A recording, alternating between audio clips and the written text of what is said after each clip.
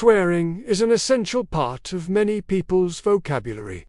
They use it to express everything from frustration to excitement, which makes it seem strange that cursing was once considered taboo. For much of human history, people have gone to great lengths to avoid using certain words that may cause offense or disgust. But why is swearing so offensive? What did society used to swear by? And what's the difference between a mild curse word like darn and a severe profanity like F off? All these questions and more will be answered today as we look at the evolution of swearing from taboo to trendy. Before we get started, be sure to hit that like button for more videos about language and check out our podcast, Taboo Subjects. Humans love talking about sex.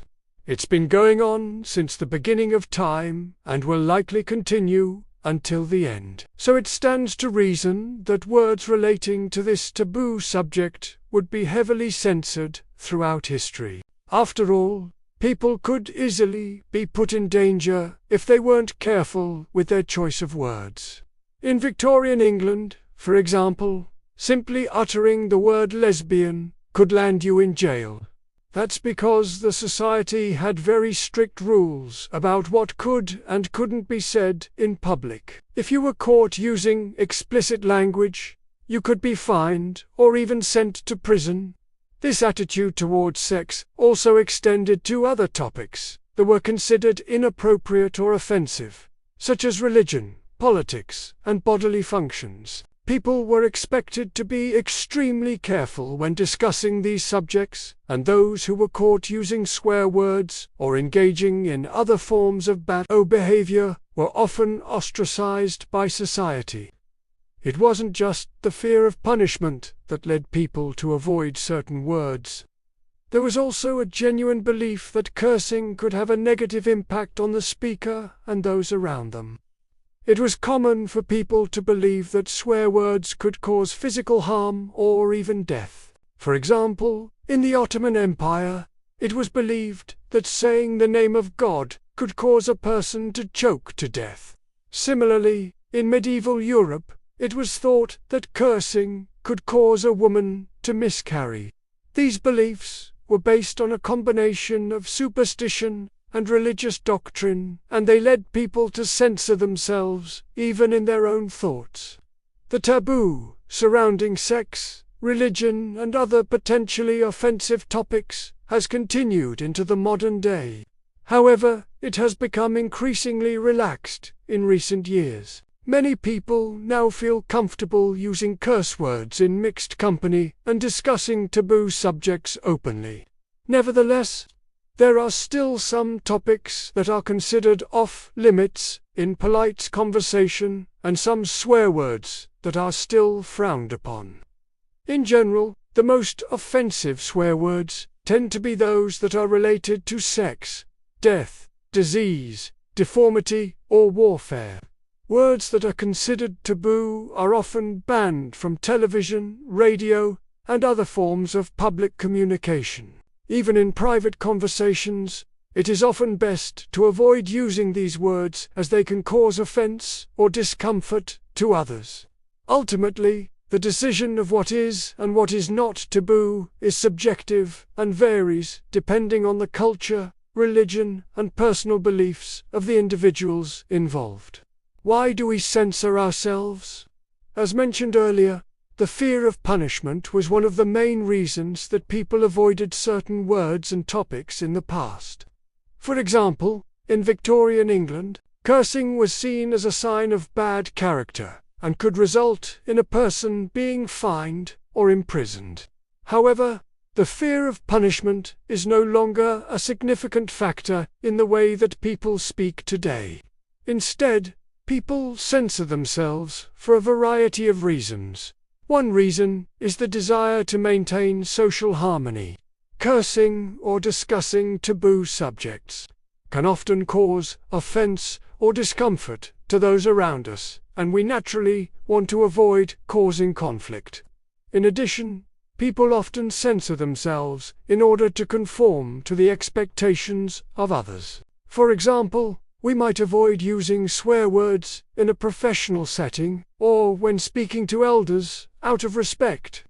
Finally, some people censor themselves simply out of habit, or because they have been conditioned to do so from a young age.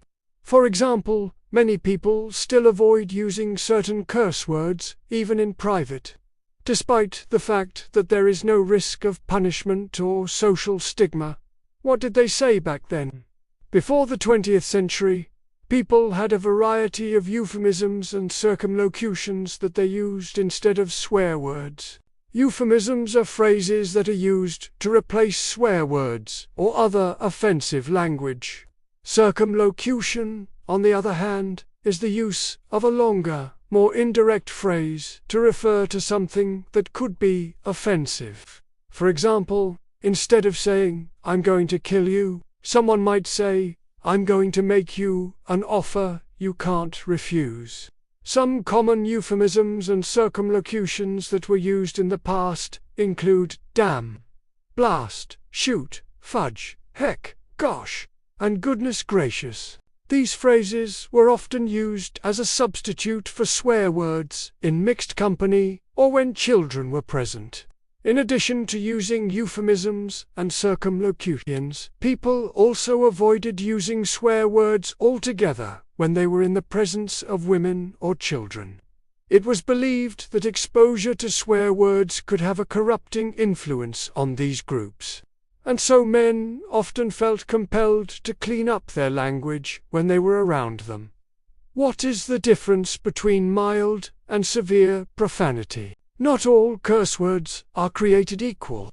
Some, like darn, are relatively mild and can be used in mixed company without causing offense. Others, like F-off, are much more severe and are often seen as a sign of aggression or hostility. So what is the difference between mild and severe profanity? And how do people decide which curse words to use in different situations? Generally speaking, mild curse words are those that are less likely to cause offense or discomfort. They often relate to topics such as damnation, frustration, stupidity, or foolishness. On the other hand, severe profanity tends to be more explicit and is often related to sex, death, disease, deformity, or warfare. In addition to the topic of the curse word, the severity of a curse word can also depend on the context in which it is used. For example, saying damn in response to a minor inconvenience is very different from saying F off in anger or aggression. Ultimately, whether or not a curse word is considered mild or severe is subjective and can vary depending on the individual and the situation. The evolution of swearing. Swearing has been around for centuries, and its use has evolved over time. In the past, people were much more likely to be punished for cursing, and so they often resorted to euphemisms and circumlocutions to express themselves. However, as society has become more relaxed in recent years, people have become more comfortable using curse words in everyday conversation. This trend towards using curse words has been influenced by a number of factors, including the rise of social media, the decline of religious influence in public life, and the increasing importance placed on authenticity and honesty in interpersonal relationships. Another factor that has contributed to the rise of swearing is the growing acceptance of diversity and inclusion. As society has become more accepting of people from different cultures and backgrounds, there has been a greater exposure to different types of language and swearing. For example, the English language has been heavily influenced by other languages such as French, Spanish, and Italian, all of which have their own unique swearing traditions. This exposure to different types of swearing has led to a greater acceptance of cursing in English-speaking countries. In conclusion, swearing is an interesting and complex phenomenon that has been part of human language and culture for centuries.